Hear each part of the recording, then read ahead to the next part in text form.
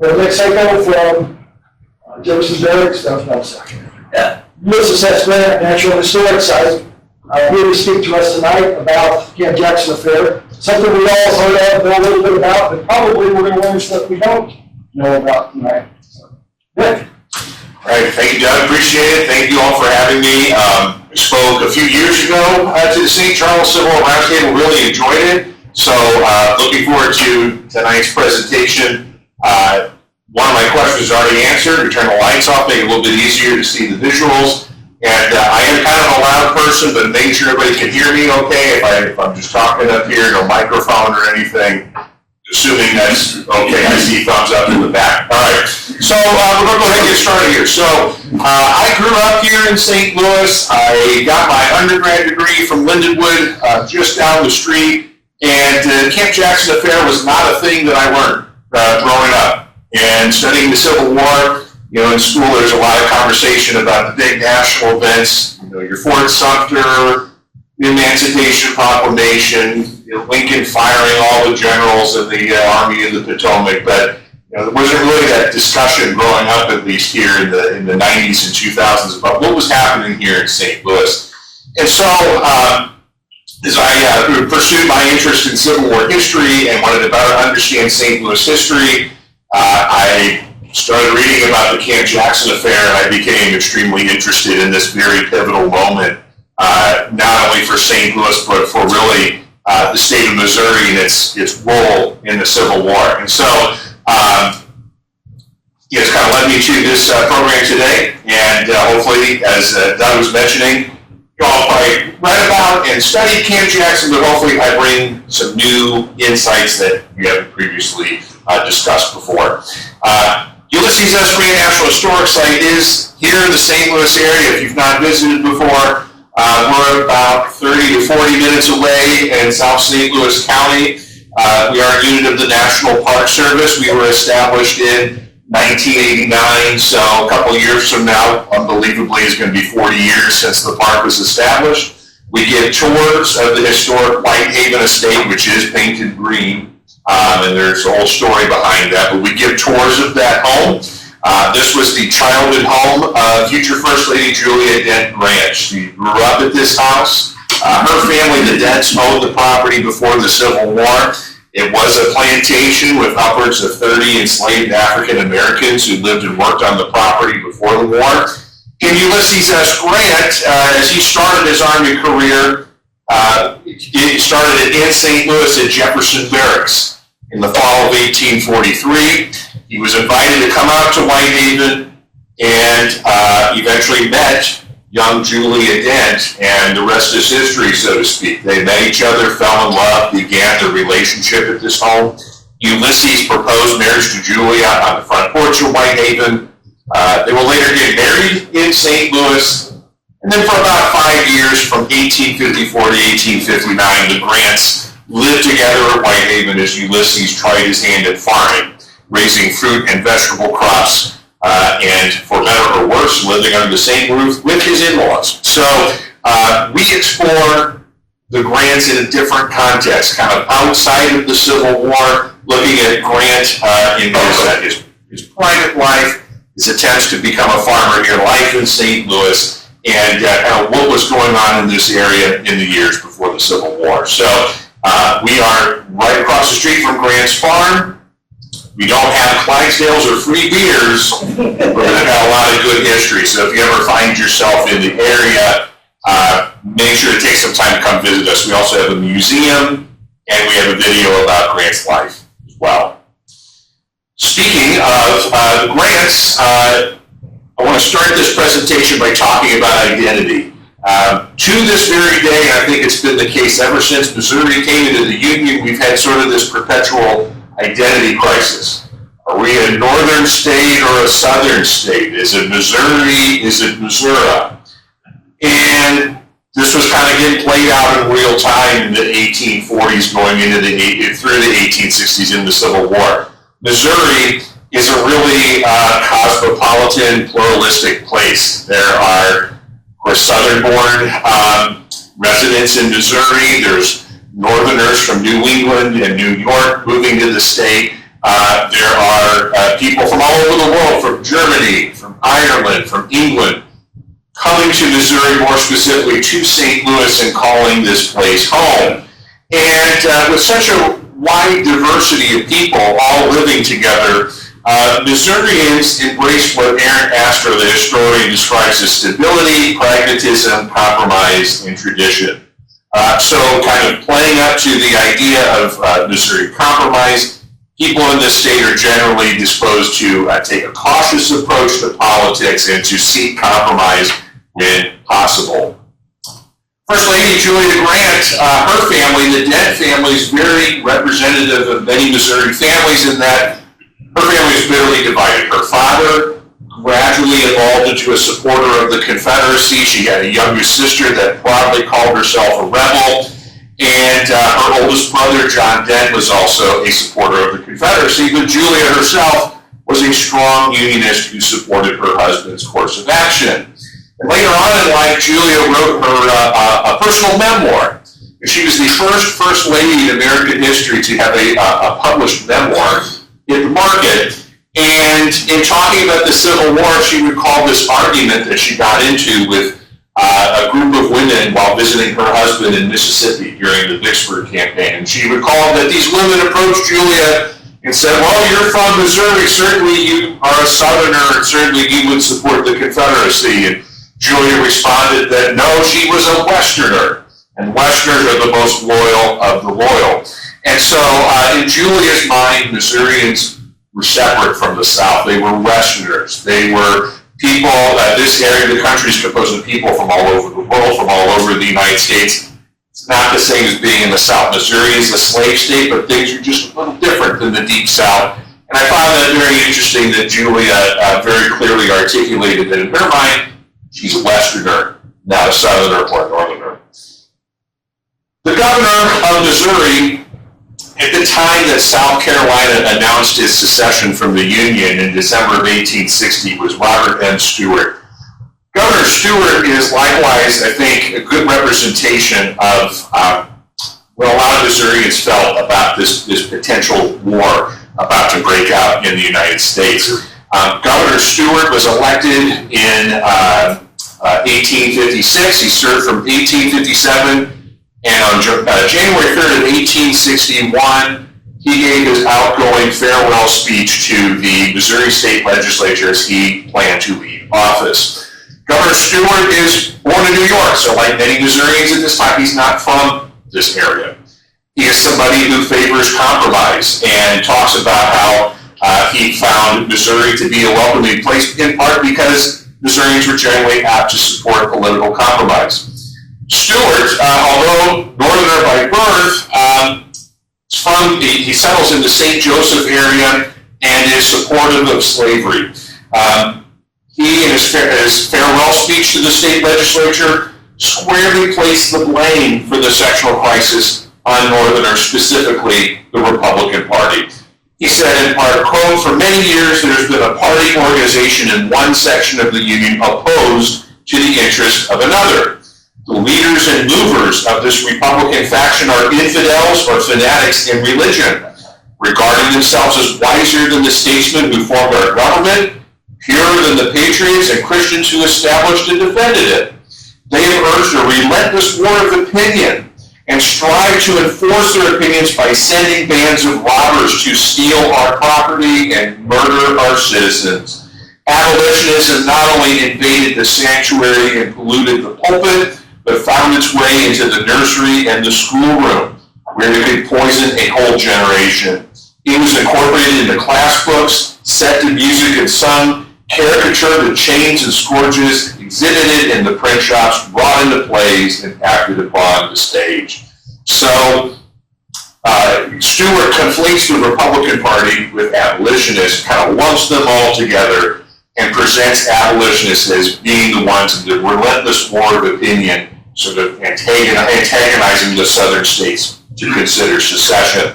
But then Stewart flips. At the end of his speech, he turns around and says that secession is, quote, not only absurd in itself, but utterly destructive of every principle on which national faith is founded.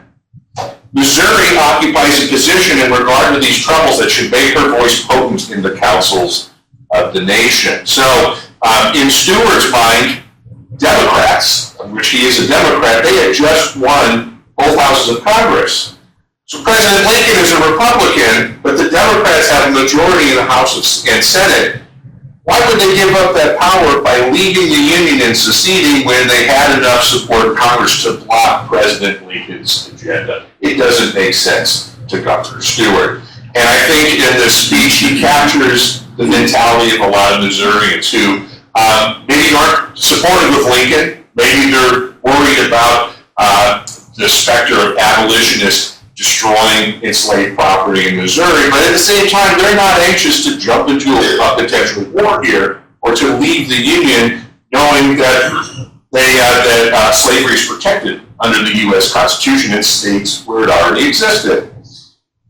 So, to further highlight Missouri's uniqueness here, if we look at the Electoral College for the presidential election of 1860, Stephen Douglas was the Northern Democrat candidate campaigned on sort of this idea of future compromise over slavery in the Western territories, and the only state that Douglas wins outright is Missouri. He also wins 3 electoral votes of New Jersey's 7 electoral votes, but Lincoln, of course, the Republican, wins a plurality of votes in a majority of the Electoral College.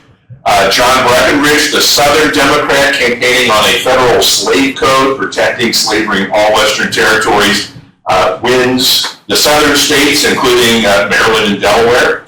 And then John Bell, Constitutional Union Party, takes 3 states as well. But I think this highlights Missouri's unique position on the idea of secession at this time. Now, Claiborne Fox Jackson, likewise a Democrat, wins the election for the governorship in 1860, and he runs as a Douglas Democrat. He runs as a Northern Democrat who preaches moderation and compromise on the subject of slavery. But Governor Jackson, shortly after Governor Stewart's farewell message, makes his inaugural address to the legislature, and he will go on to say in part that Missouri's, quote, honor, her interest, and her sympathies point alike in one direction and determine her to stand by the South. So, whereas Stewart views Missouri as a Western state, Claiborne Fox Jackson reconfigures Missouri and envisions Missouri's future as a part of the South. He identifies Missouri as a Southern state. So, Governor Jackson is going to start maneuvering to potentially take Missouri out of the Union. The various states that declared secession, the first 7 states that declared early on that they were going to secede from the Union, several of those states sent commissioners to go to the border slave states and make the case to those states to support secession. So, the state of Mississippi sent a secession commissioner by the name of Daniel Russell. Governor Jackson invites Russell to make a speech to the Missouri General Assembly in Jefferson City. Russell goes on to explain why Mississippi felt that they had to leave the Union, and he stated that, quote, Mississippi has left because there is a working majority in the North which is pledged to extinguishing slavery. He went on to ask, would Missouri allow itself to surrender to hordes of marauding abolitionists? The state legislature had a very muted and reserved response from members, but it is nonetheless interesting that Russell is portraying himself as a representative of a foreign government, and Governor Jackson is acknowledging him as such by inviting him to speak to the state legislature.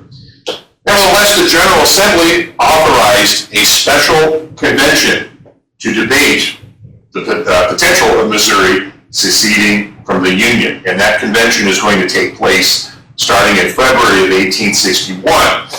We'll get back to that convention in just a little bit. Around the state, men are going to form Minutemen militia groups, and Governor Jackson is going to look into reorganizing the Missouri State Militia. Several years earlier, in 1858, Governor Stewart had appointed one Daniel Frost to be the commander of the Missouri State Militia. Daniel Frost graduated from West Point. He graduated 4th in the class of 1844, so he was 1 year behind Ulysses S. Grant. Frost ended up, however, leaving the military. He's a successful businessman in Missouri, but he was appointed to become the Brigadier General of the Missouri State Militia. Born in New York, northern-born man. Important to keep that in mind here, too. So Governor Jackson and General Frost start discussing what they want to do with the Missouri State Militia, and they're going to set their sights on the United States Federal Arsenal right here in St. Louis at 3100 South 2nd Street. For context and for reference, although most of you probably know this, but the Federal Arsenal in St. Louis is where the old NGA building is, behind Anheuser-Busch, right on the St. Louis riverfront. So 2nd Street in that area is not even a thing anymore, but that was the address at the time. Now, the Federal Arsenal here in St. Louis was established in 1827. It housed 90,000 pounds of gunpowder, 1 million cartridges, and 40 cannon. It was the largest arsenal west of the Mississippi River, the 3rd largest arms and munitions manufactory in the entire United States. So, if there's going to be a potential civil war, the Federal Arsenal is going to be a source of strength for whoever has possession of it. To further complicate matters, the commander in charge of the arsenal in January of 1861, when this is all starting to kind of play out, is a man named Major William H. Bell. Major Bell is a native of North Carolina, went to West Point, career Army officer, questionable loyalty to the Union. Daniel Frost views Major Bell as a potential ally in securing the arsenal, and he writes to Governor Jackson that, quote, the Major is with us. On top of that, Major Bell had no major defenses of the Federal Arsenal in early 1861. There was one night watchman that saw the whole arsenal every night, but otherwise, there's no defense at all at the arsenal. That will change a couple weeks later. In mid-January, a concerned St. Louis government employee wrote to General Winfield Scott and said, hey, nobody's here protecting this arsenal. And 40 Army regular troops were sent from Washington, D.C. to protect the arsenal in mid-January. That number is going to go up exponentially in the coming months. So we're going to see 3 different groups, political groups that coalesce here in St. Louis and really kind of set the terms for the political debate about the potential for civil war here in St. Louis. Arguably the largest group are what many historians would refer to as conditional unionists. These are the Douglas Democrats. These are the people who support compromise and moderation. They're holding the political middle here in St. Louis. On January 12th, 1861, leaders of this political middle here are going to meet at the St. Louis courthouse, what we know is the old courthouse today, and they will endorse a resolution, and that resolution states in part, quote, the possession of slave property is a constitutional right, and as such ought to be ever recognized by the federal government.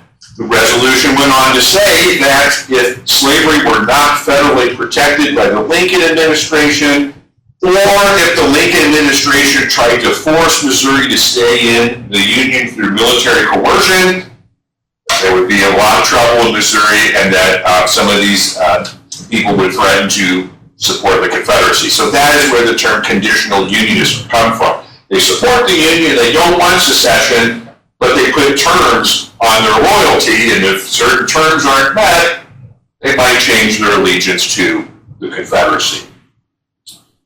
Meanwhile, there is also a large group of unconditional unionists here in St. Louis that are going to stick with the Union through thick and thin. The unconditional unionists coalesce around Congressman Frank Blair. Frank Blair is the congressman representing the 1st Congressional District that includes St. Louis. Blair wins election to Congress in 1860, and he had previously served in the seat in 1856 as well. And Blair is going to work to formulate what he referred to as a home guard militia. These are going to be militia members that are strongly supportive of the Union and largely composed of German-American residents here in St. Louis. The vast majority of these men who initially enlist in these home guard militias are going to be either German-born or German-descended residents of St. Louis. Blair is also going to form the St. Louis Committee of Safety. This is going to be a somewhat secret committee that is going to meet to discuss strategy to ensure that the federal arsenal is protected and that St. Louis remains under Union hands. Congressman Blair also has an advantage here in that his brother is the Postmaster General of the United States. Montgomery Blair is appointed by President Lincoln to be in his cabinet as the Postmaster General, and their father, Francis Blair Sr., had served in Andrew Jackson's cabinet. So Blair has friends in high places, and that's going to play an important role a little bit later on down the line here, too. Meanwhile, there is a third group of St. Louisans that are openly supportive of secession. At this point in time, March 4th, 1861, the firing of Fort Sumter has not taken place. This is still very much a war of words at this point. But secessionists in St. Louis are going to coalesce around Basil Duke. Basil Duke will later serve as a colonel in the Confederacy. But at this point, early on, Basil Duke and his supporters are going to raise secession flags in St. Louis. So on March 4th of 1861, they raised two secession flags. One is put at atop of the St. Louis courthouse. A maintenance worker at the courthouse quickly took down that flag, but then there was a second secession flag raised at the Berthold Mansion.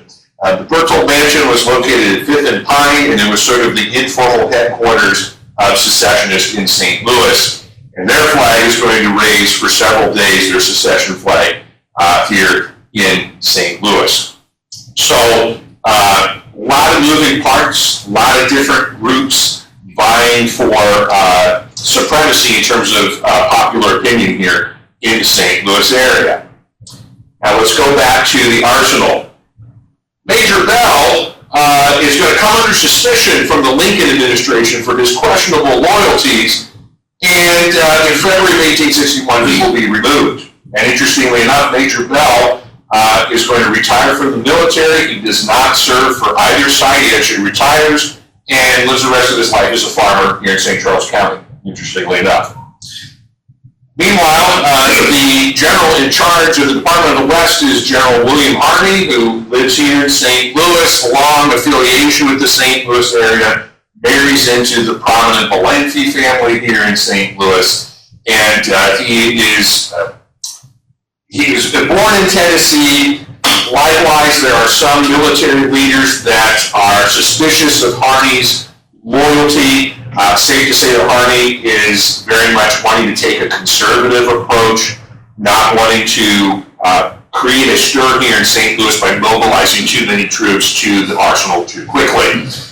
Meanwhile, as Major Bell leaves, one Nathaniel Lyon is going to be appointed to command all troops at the St. Louis arsenal starting on February 6th of 1861. Lyon, likewise a West Point graduate, he served on the Missouri-Kansas border for much of the 1850s, and while on the Missouri-Kansas border, he became radicalized on the question of slavery and became an outright abolitionist, believing in the moral wrongs of slavery, wanting an immediate end to the institution. Lyon, in comparison to General Harney, is extremely concerned about Governor Jackson and what Governor Jackson might have up his sleeve when it comes to possibly pulling Missouri out of the Union. So he is going to be keeping a close eye on political developments in the state of Missouri. The Missouri State Convention that the state legislature approved back in January met on February 28th of 1861 at the state capitol in Jefferson City, but after several days, voted to move to St. Louis, and they held most of the convention at the Mercantile Library in downtown St. Louis. The secession convention It's a lot of great detail about what happened. Doug wrote a wonderful essay on his website about the convention. For the purposes of this program, there's really two big takeaways I want to highlight. One is that when elections were held for representatives to go to this convention, voters in Missouri overwhelmingly voted for pro-union candidates. So when the convention is taking place, there's a strong pro-union sentiment within the convention. And on March 19, 1861, when the convention ended its business, the secession convention voted 98-1 against secession. So this convention voted to keep Missouri in the Union and felt that the conditions had not been sufficiently met to call for Missouri to secede. Another important aspect of this convention is that they voted to give themselves authority to reconvene in the possibility of an emergency. If there was an emergency at Jefferson City, or if there was some issue at the state capitol, this body voted to give itself authority to take control of Missouri state government if it needed to. And we'll go back to that in a little bit. But this is all playing out. And so that secession flag that was raised at the old courthouse, that's raised at the same time that these guys are right down the street at the Mercantile Library, 8-1 against secession. Missouri is the only state that had a secession convention that voted against secession. So let's move to April 12, 1861, and the aftermath of the firing of Fort Sumter. President Lincoln famously calls for 75,000 men across the various states to volunteer for 90 days service in the United States military to put down the rebellion that is taking place in the southern states. With President Lincoln's call for troops, Governor Jackson immediately rejects that call and states that he would not be sending any troops from Missouri to serve in the United States military. While that is taking place, Jackson and Daniel Frost are planning to capture the federal arsenal, and they're continuing to discuss what they can do to maneuver Missouri state militia members into St. Louis to eventually take over that arsenal. And he will get the authority from the state legislature basically to take over the Missouri state militia. And Governor Jackson is also going to take control of the St. Louis police force, something that lasted until, I think, about 2011. And then just here within the past year or two, the state government is again in charge of the St. Louis police force. And interestingly enough, with that, the leader of the St. Louis police appointed to that position by Governor Jackson is Basil Duke. So Basil Duke is going to use his police powers to try to investigate unionists and their behaviors. He will shut down all the beer halls in St. Louis on Sundays to keep Germans from organizing on Sundays. And he will also surveil the free black community in St. Louis, harassing the free black community, demanding to see their freedom papers, and threatening to re-enslave any free black Missourians that aren't able to produce a freedom license in St. Louis. Governor Jackson is also going to quickly begin conversations with the Confederate government, which at this time is temporarily stationed in Montgomery, Alabama.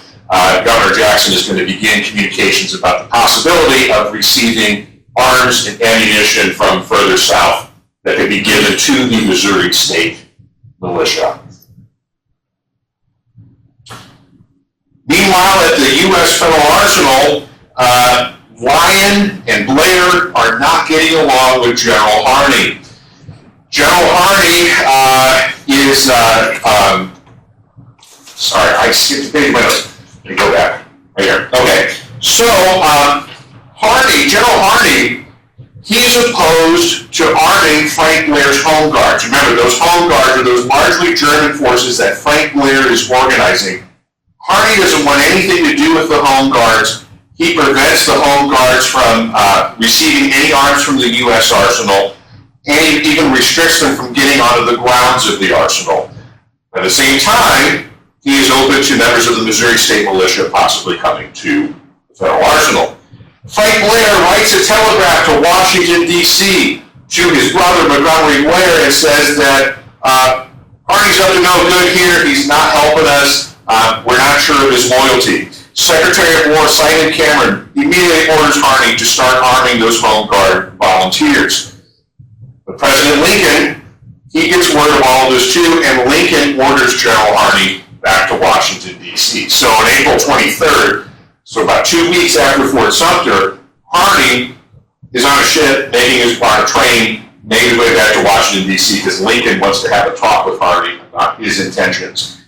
In the interim, Nathaniel Lyon is now in command in St. Louis. Lyon is going to work to get all federal arms out of the U.S. arsenal. The J.C. Swan was a steamboat that was captured by the U.S. military. The J.C. Swan, Lyon's going to load up all of the federal arms onto the J.C. Swan and take those to Ulm, Illinois, to make sure that those arms are safe from potential Confederate capture. And I'll add here, too, that it's important to keep in mind that in Liberty, Missouri, there was a small federal arsenal in Liberty, Missouri, and about this same time, Confederate forces overtook that arsenal and took all the arms and ammunition from that arsenal in Liberty, Missouri. So again, in Lyon's mind, it's not out of the realm of possibility that the Missouri State Militia will go next to the federal arsenal in St. Louis and take the arms there. So these Home Guard troops will be authorized as a reserve force against General Harney's wishes. Governor Jackson and General Frost established their own base of operations at what they will call Camp Jackson in honor of Governor Jackson. Camp Jackson is going to be established on the west side of St. Louis. It is going to be established in an area referred to as Lindell's Grove. Peter Lindell, prominent businessman here in St. Louis, had a huge plot of land. I will show you a map just in a second here. But the governor and General Frost will receive permission from Peter Lindell to use his lands as a basic timber encampment and center of training, basic training for Missouri State Militia members. And so this will be established on May 2nd of 1861 in West St. Louis.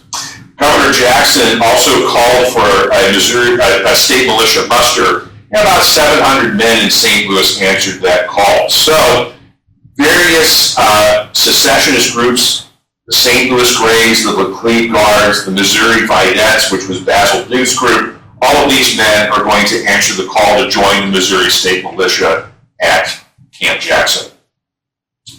Here's a map of Camp Jackson, so just a little bit of reference here. So we have to the west, this is Grand Avenue right here, and this area today is what is St. Louis University off of Grand. And so you have Lindell's Grove, and it extends over here all the way to Garrison and Ewing Avenues here. Several blocks, pretty decent chunk of land here where these Missouri State Militia members are going to establish an encampment. Now I got on the Google Maps and I tried to do a map overlay, so it might be kind of hard to see, but there's the modern day Google map on top of that map. So if you've ever been to Pappy's Smokehouse before, that is on part of where Camp Jackson used to be. The Chaffetz Arena is a little south of it. So again, and then of course the main campus of St. Louis University, kind of right in this area here, right off of Grant. So, Unionists in St. Louis are alarmed about the Missouri State Militia. They're worried that the Missouri State Militia is eventually going to make its way through the city to get to the federal arsenal. They're not sure what the militia's intentions are going to be. So on May 9th of 1861, Nathaniel Lyon decides that he is going to secretly go himself to Camp Jackson to go see what the situation is. There's one claim that Jackson wore a dress to disguise himself to get into Camp Jackson. But in any case, as he's making his way through the camp, Lyon learns that Confederate arms, stolen arms from the U.S. military in the Deep South, had been shipped to Camp Jackson. So the Missouri State Militia is actively being armed with these stolen munitions from the Deep South. Lyon is also keeping in the back of his mind here that General Harney has been allowed to continue his command of the Department of the West, and he's making his way back to St. Louis. So if Lyon wants to do something about this Missouri State Militia, he's got to move quick because he knows that Harney is going to let these guys stay here. You know, he's going to let the militia basically do whatever they want. So that night, on May 9th, Lyon, Frank Blair, and others in their unconditional unionist group have a meeting about what they should do. Now, there was one lawyer in the group, Samuel Glover. He protested to Nathaniel Lyon and said that there should be no effort to take over Camp Jackson at this point. He argued that this muster was legal. It was legal under Missouri state law. The U.S. flag flew over Camp Jackson. If federal arms had really been stolen and were really at Camp Jackson, the federal marshal should issue an order for Daniel Frost to give up the illegally taken federal property. And only if Frost refused to give up the property would Lyon be justified in taking over Camp Jackson. But Lyon disagrees. He believes that this is going to be a disaster and that action needed to be taken immediately to shut down this illegal encampment because, again, he has learned that there are real Confederate arms making their way that arrived at Camp Jackson. So that night, May 9th, Lyon has made the decision that he's going to attack Camp Jackson and detain the Missouri State Militia. So, about 1 o'clock in the afternoon on May 10th, Nathaniel Lyon began deploying his forces. These forces include Frank Blair's Home Guard Regiment, 2 companies of regular U.S. troops, 4 additional regiments of Home Guards, and an artillery battery. Louis Gerteis, author of Civil War St. Louis, estimates that there were about 8,000 soldiers under Nathaniel Lyon. And again, I mentioned earlier, there's about 700 men at Camp Jackson under the Missouri State Militia. So there's a pretty big imbalance here between the 8,000 federal troops and the 7,000 militia members. Over a 2-hour period, the United States troops made their way from the federal arsenal to Camp Jackson, and they are going to surround the encampment. So this is how Louis Gerteis described the movement. So you have Nathaniel Lyon, Benjamin Gratz Brown, a cousin of Frank Blair, the future General Franz Sigel also has a detachment that is with him as well. And so these men are all going to work together to move the detachments to completely surround the arsenal. Camp Jackson. Now, Daniel Frost is outraged. He believes that there was no justification for this move. He protests to Nathaniel Lyon that, quote, there's no justification to attack citizens of the United States who are in their lawful performance of duties devolving upon them under the Constitution in organizing and instructing the militia of the state. And he pointed out to Lyon that, hey, Major Bell and General Harney have told us that we could go and we could protect U.S. property at the arsenal. Lyon responds that he knew that the militia and Governor Jackson had been in contact with the Confederacy. He knew they had been talking with them. He knew that they had received stolen U.S. arms from the South, and he knew that they refused to place his troops under command of the U.S. Army because Governor Jackson refused Lincoln's call. So he's going to argue that he knew that Missouri State Militia and Governor Jackson are preparing for hostilities. That gave him the authority to capture Missouri State Militia. So the troops, United States troops, are going to gather the 700 militia members and prepare them to return to the federal arsenal to be rolled. As the troops are organizing the Missouri State Militia members, they're going to encounter very hostile crowds.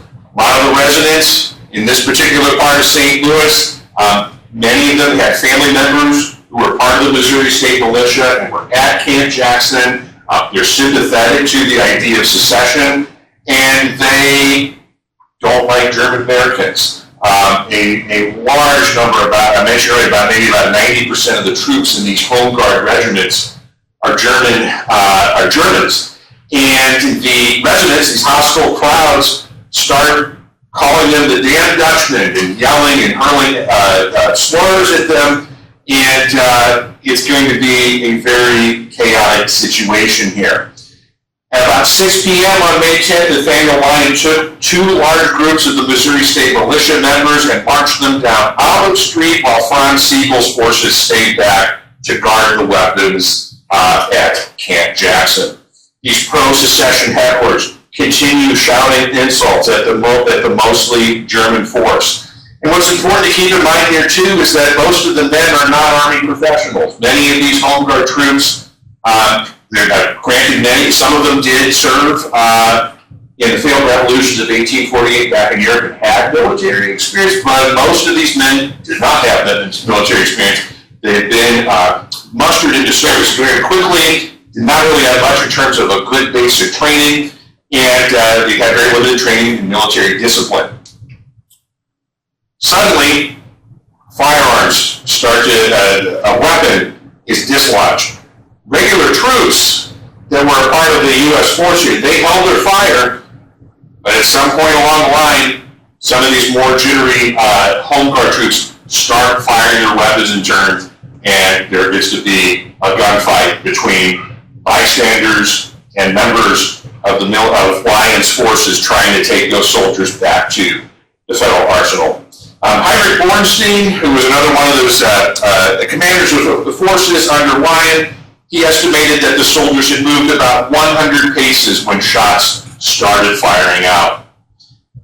Accounts differ as to who shot first, but all agree that shots were fired over the heads of onlookers by members of the U.S. troops. They were shooting weapons above the heads of onlookers, and armed onlookers, started firing back.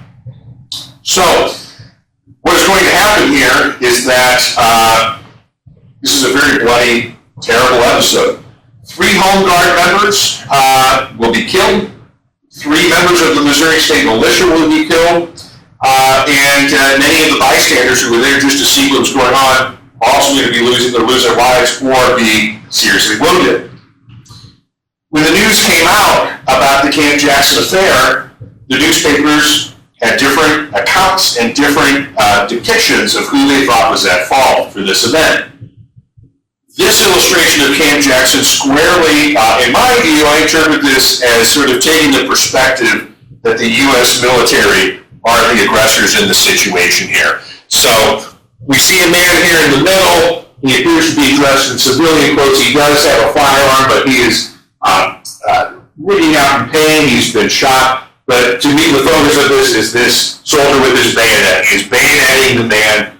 And this large group of soldiers, they're the ones kind of encroaching upon the crowd, and they're the ones that are perpetuating the violence and are at fault for what is happening here at Camp Jackson. But here's a different depiction here, and the caption underneath says, United States volunteers attacked by the mob, corner of 5th and Walnut Street, St. Louis. So in this depiction of it, the troops are just trying to get through the streets. And it's these members here, the onlookers, what this illustration refers to as a mob, provoking and attacking the U.S. troops, those damn Dutchmen and the Home Guard units making their way through the streets of St. Louis. So the Camp Jackson affair led to 28 people being killed, 75 were injured, and I mentioned that there were 3 Home Guard members and 3 Missouri State Militia members killed. One of those Home Guard members was Konstantin Blandowski. He was Polish-born, participated in the failed revolutions of 1848. He offered his services to the Home Guard units. He had immigrated to St. Louis and attained the rank of captain. He was shot in the leg, initially survived, but had to have his leg amputated, common fashion, and died several weeks after Camp Jackson. And Landowski holds the distinction of being the first officer to have been killed during the Civil War. And so he is buried, unfortunately, in an unmarked grave at Gatewood Garden Cemetery here in St. Louis. So, a lot of tragedy, really terrible event with the Camp Jackson affair, but a lot of circumstances leading up to it. General Harney is still in charge after the Camp Jackson affair. He negotiates an agreement with Sterling Price. Sterling Price had been a former governor of Missouri, had been a conditional unionist, had actually overseen the secession convention. But after Camp Jackson, Price aligns with Governor Jackson and will be appointed to be in charge of all Missouri troops under Governor Jackson.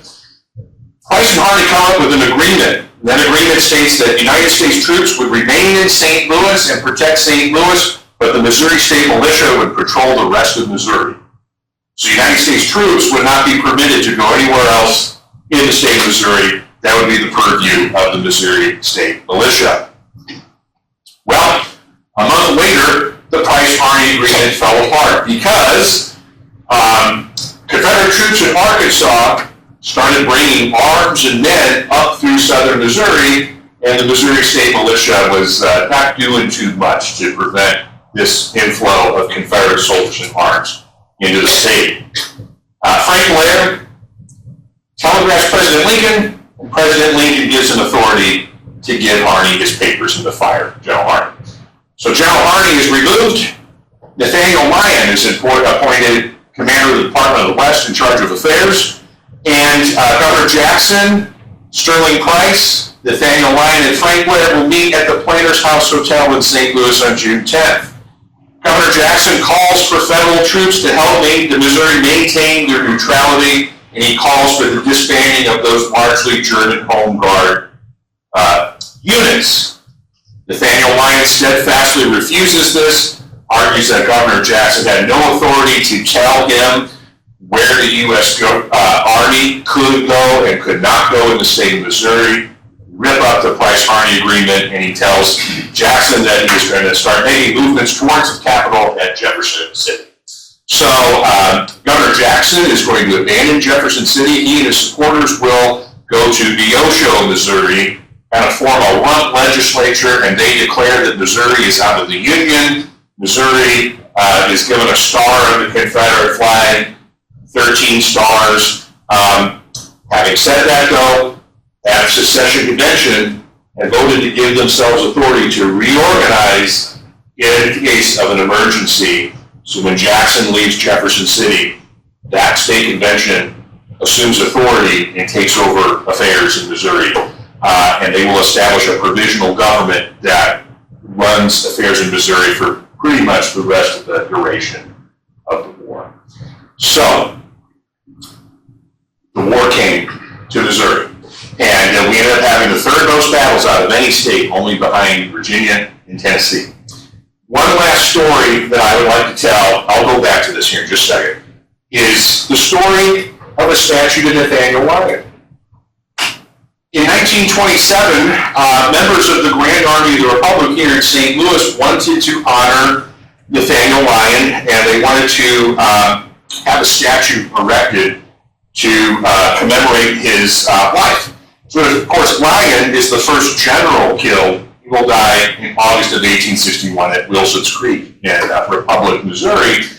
And so the GAR is going to raise funds to have a statue erected to Nathaniel Lyon at the original location of Camp Jackson, near Lindell's Grove. Many people, right from the get-go, hated this statue. Newspapers, even at the time, St. Louis Post-Dispatch complained that they believed this was an ugly statue. Nathaniel Lyon, this is a picture I took. It's not the best picture, but if you look at it from the side, he almost looks like he's about to fall over his horse. The horse looks weak and sick, and it's not there anymore, but the text in front of it misspelled Nathaniel Lyon's name. Meanwhile, St. Louis University is growing and getting bigger. That whole area there, kind of that Mill Creek area, it gets cleared out. St. Louis University wants to expand its footprint in Midtown. And as St. Louis University is trying to grow and expand, they decided they want to expand their campus in that area there where Camp Jackson used to be. So there's a very prominent woman here in Missouri, the president of the Daughters of the Confederacy here in Missouri, by the name of Harriet Frost Fordyce. Harriet Frost Fordyce is the youngest daughter of General Daniel Frost, the commander of the Missouri State Militia, who later went on to serve in the Confederacy. Harriet Frost Fordyce, not only is she president of the Daughters of the Confederacy, the state chapter here in Missouri, she's a devout practicing Catholic. She approaches St. Louis University and says, I'll give you $1 million to the university on the condition that you get that damn lion statue away from here. So, in 1960, St. Louis University, in partnership with the city of St. Louis, picked up the statue on a crane and moved it to where it is today, which is Lion Park, also named after Nathaniel Lyon. Lion Park is squeezed right in between Anheuser-Busch and NGA. There's a small little park there with a baseball field. Statue of Nathaniel Lyon is there. But statue got moved based on Daniel Frost's daughter willing to give $1 million to SLU to get rid of that statue. And only 4 months after the statue was moved to Lion Park, Harriet Frost Fordyce passed away. So, really interesting the way that Nathaniel Lyon's memory changed, and it was removed from the original spot there with Camp Jackson. So, in conclusion here, this is Ranger Nick. This is my take on the Camp Jackson affair. I realize that we may not all agree on that, and that's totally fine. It's just my reading of it. I put a lot of blame on Claiborne Fox Jackson. I think he's the aggressor in this situation here. He ran as a Douglas Democrat, committed to compromise and moderation, and then when he took office, he immediately started working towards trying to get Missouri into the Confederacy. He used his power as governor to try to accomplish that goal. When President Lincoln made a lawful request for troops, he refused to accept that request and refused to send Missourians to be organized into those volunteer regiments. He corresponded with and received stolen federal arms from the Confederacy and maintained communications with President Jefferson Davis. And by the time the Camp Jackson affair is taking place, the Missouri State Convention had already rejected secession for Missouri. But Jackson, nevertheless, is still anxious to push the effort forward by organizing the Missouri State Militia at Camp Jackson. So, Nathaniel Lyon is very zealous in his moves. And as I've alluded to here, even people on his side were not sure about him taking over taking over Camp Jackson when he did. But I think at the end of the day, Lyon was pretty correct on the conditions at Camp Jackson and what the Missouri State Militia was aiming to do by trying to take over the federal arsenal. So that's my take on it. I hope you learned something new. Thanks so much.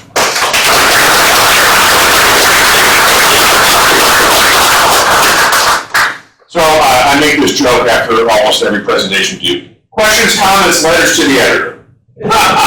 Doris, yes.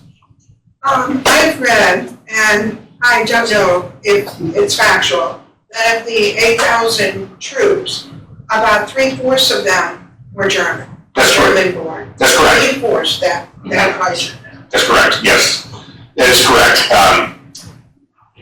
All different parts of the Holy Roman Empire there. Landowski was Polish, there's Bavarians, there's Hessians, Prussians, but yes, German-born. And I have read diaries and journals where they came from as far away as Milwaukee, just to take part. Yes. Yeah, you see that too. There are German immigrants in northern states that they feel it's their patriotic duty to defend the Union, and when they see that the situation is getting volatile in St. Louis, they come to St. Louis to offer their services to Frank Williams home guards. Yeah.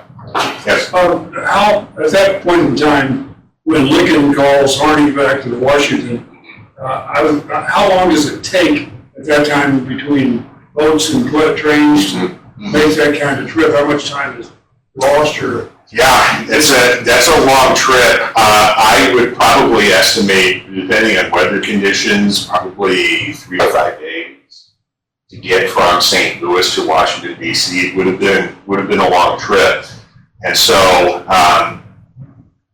by calling Harney to Washington D.C., definitely opens up an opportunity for Lyon to really shape the situation here in St. Louis, to have Harney not here on the ground. Jerry, yes. Nick, you said that the St. Louis papers took different positions on this affair. I might answer my own question here by asking you another one. The two drawings that you presented, the very dramatic one, and then there was one immediately following that. Yes. Those looked suspiciously like Harper's Weekly. Yeah, those were national. Did this make national media coverage? National media coverage for sure. Harper's Weekly, Frank Leslie's Illustrated, the New York Tribune, New York Times, they're all Associated Press. They're all picking up on events here in St. Louis and watching very closely. And some of you probably know this already, but I love the confusion with St. Louis newspapers. The Missouri Republican leans more Democrat, and the Missouri Democrat leans more Republican. But the Missouri Republican, there are op-eds in the immediate aftermath of Camp Jackson that are, they're putting a lot of the blame on Nathaniel Lyon and U.S. forces, and they're saying, the Lincoln administration, the military, they're giving St. Louis a heavy hand. They're coercing St. Louis to be under military control. And I'll add too, this is a side note, but one of the op-ed writers for the Missouri Republican, if you go through the news, Don't pay attention. Okay. If you go through the op-eds of the Missouri Republican, one of the writers was named Howard Glendon for the Missouri Republican, and Howard Glendon was actually a fake name for it was actually a woman writer, and she was deaf, and she wrote op-eds for the Missouri Republic, and she was very critical of Lyon in the U.S. military. So if you go to newspapers.com or the State Historical Society of Missouri, those op-eds in the immediate aftermath of Camp Jackson are really interesting looking at. Yes? So Nick, I have 3, I'm sorry. Okay. So I did a presentation similar to this a couple years ago. These are questions I could never answer. So one, okay, you're Claiborne Fox Jackson, you know the legislature is pro-Southern on your side. Why take the risk of calling a convention? Why didn't he just convene the legislature and vote to take the state out of the Union? I think that's a great question. I would probably argue that he's kind of following the precedent of the other Deep South states that decided to have conventions of their own. Yeah, Doug, go ahead. I've done a lot of work on this particular era. Arrogance. It's like an echo chamber. It's like the head of all the parties today. The head of the parties today believe everybody else believes what they believe. He had all of his friends were Southern aristocracy. The legislature was mostly dominated. Democrats were Southern aristocracy. I think they believed that the people of Missouri would overwhelmingly vote for secession. And I think that if they had any idea that they would have elected mostly unionists or conditional unionists, I don't think they would have done it. I think they were overconfident. Political calculation that backfired. Yeah. 2, okay, I said I had 3. Sorry, 2, I looked and looked and looked. I have no idea where the Price-Harney conference occurred. Was it at Jefferson Barracks? Was it the Melanti Mansion? Maybe you know, or maybe someone in the room has done that research. Where the heck was that thing? Planner's Hotel. I am not 100%, but I think it was likewise the Planner's House Hotel, just like the June meeting between Lyon and Blair. Yeah. Well, that's called the Planner's House Hotel Conference, so that makes sense. Yes. Planner's House. It was right next to the St. Louis Courthouse, but we're next door to it, so that it's north of it. Yeah. And then 3, what is our source? Because I've heard this story about Nathaniel Lyon putting on Frank Blair's mother's dress. Well, Frank Blair's mother was in Maryland at the time. I don't know how he got the dress. Right. Living with, Francis Preston. What is our source for that story, or is it just lost cause propaganda that kind of made it out there? I don't know. Louis Gertheis in his book, Civil War St. Louis, I don't recall him specifically coming out and saying what the source of that was. I would not be surprised at all. I haven't read it lately, but Thomas Snead was an aide to Sterling Price and Clifford Fox Jackson.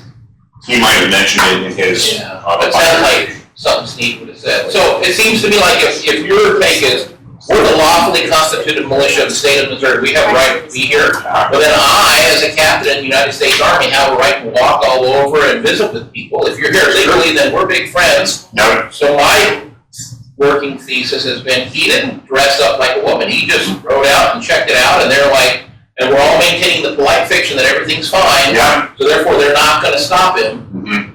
And then we invented this story about the dress, because he's from Connecticut, we don't like him, he's a Yankee, and so, Around interviewing people, talking to people on the street, and, people were gossiping, and he figured out what was happening.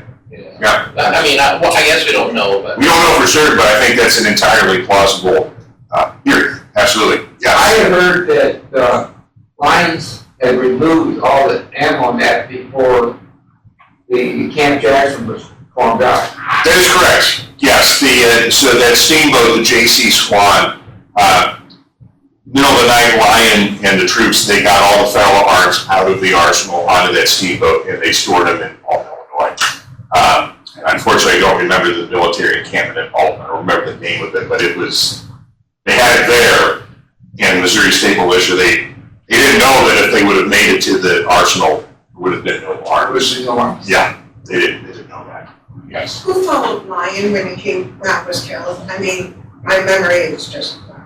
Who did what with Lyon? Who followed Lyon? Who followed Lyon? At Hardy, Lyon took command after Lyon. Fremont, yeah. Fremont. Right, Fremont, yeah, I think And that's you're the right. first 100 days of Fremont. That's right. Okay, that's what I was. That's right. See, this sounds like something Jesse Benton Fremont would make up. That's possible. Oh, that's possible, yes. I'm interested in your opinion on an obscure technicality, and I'll let you fill in the details for the benefit of the group. I'll do my best. You said Captain Constantine Landowski was the first officer killed in the Civil War. Mhm.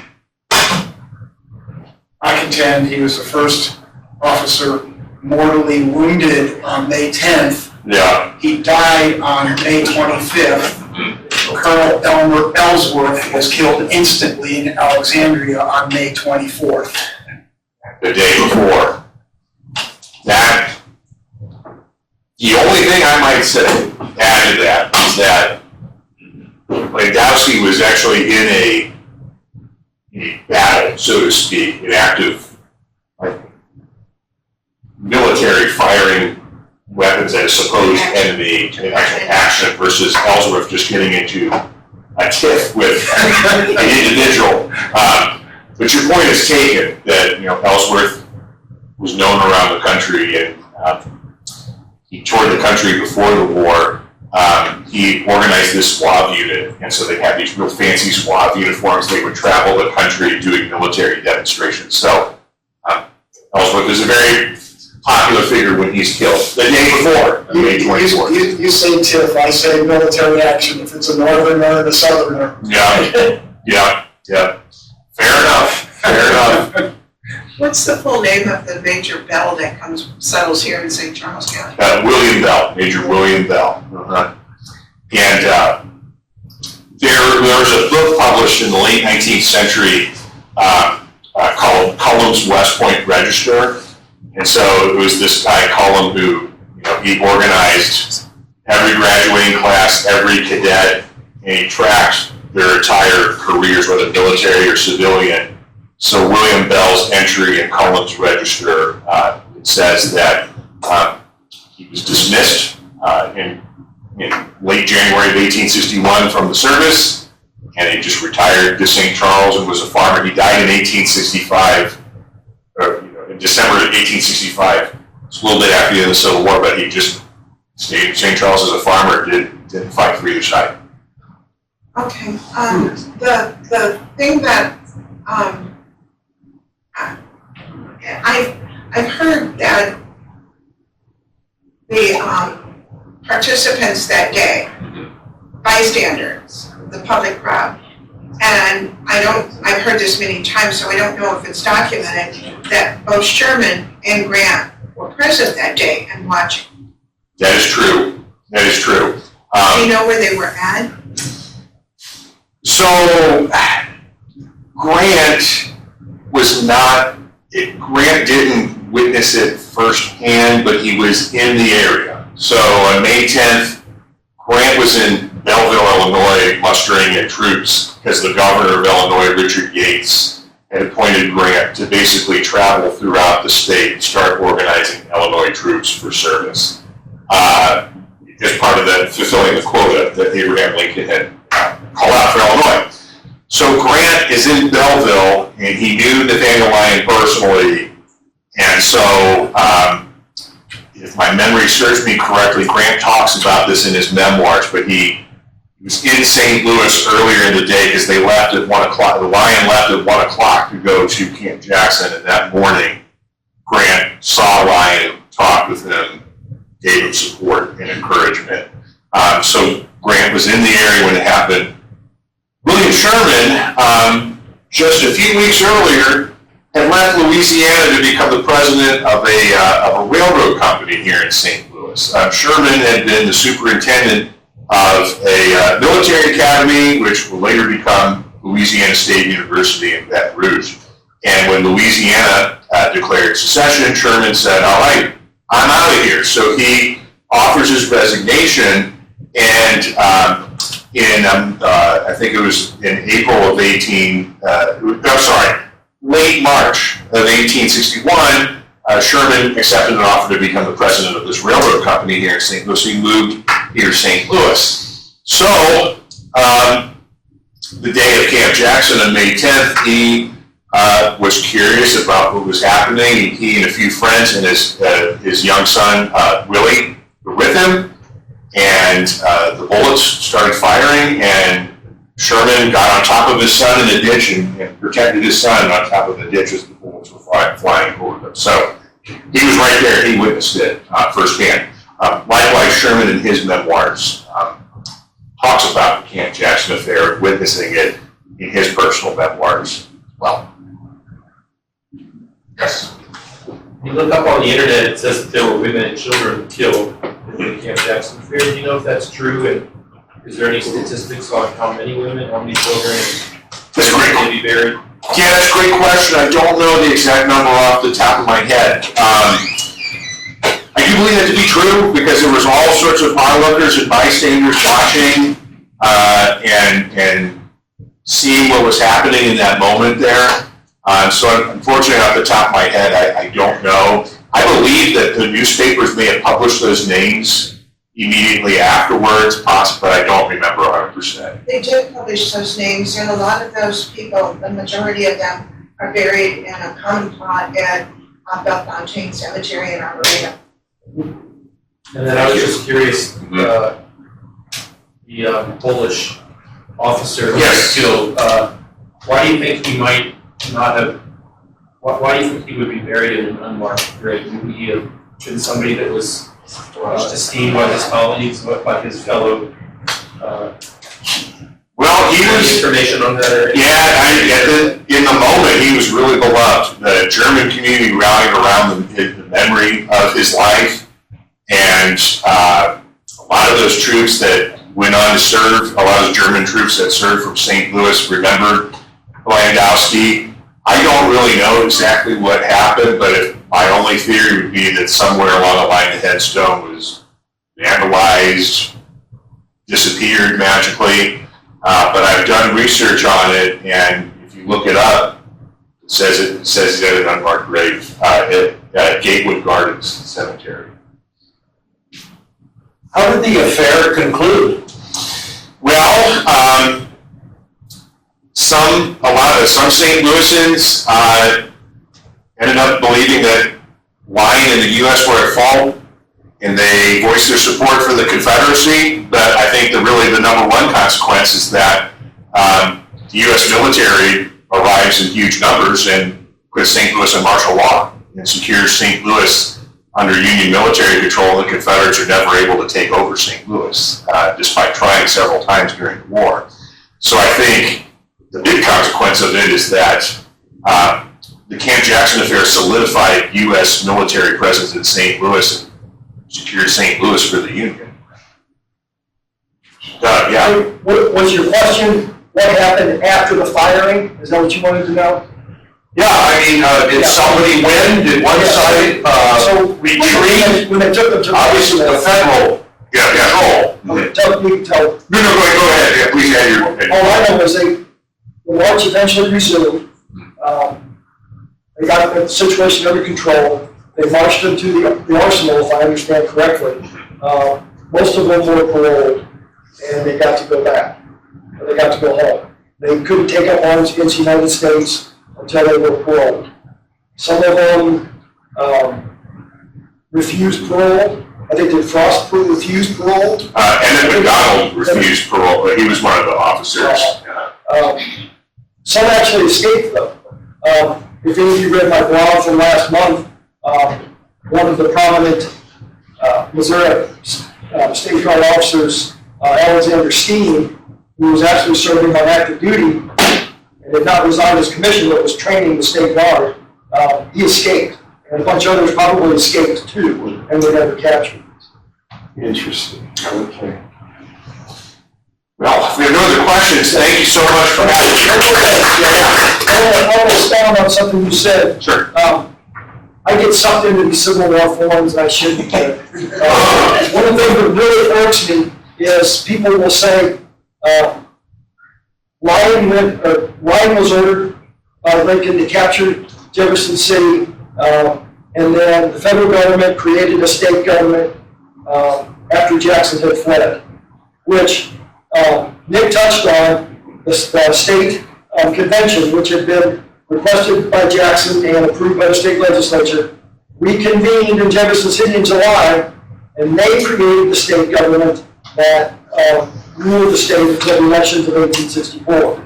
The federal government did not create a provisional government in the state. Anyway, that just irks me when I see those on there. Thank you all so much. Appreciate you coming out tonight. Thank you.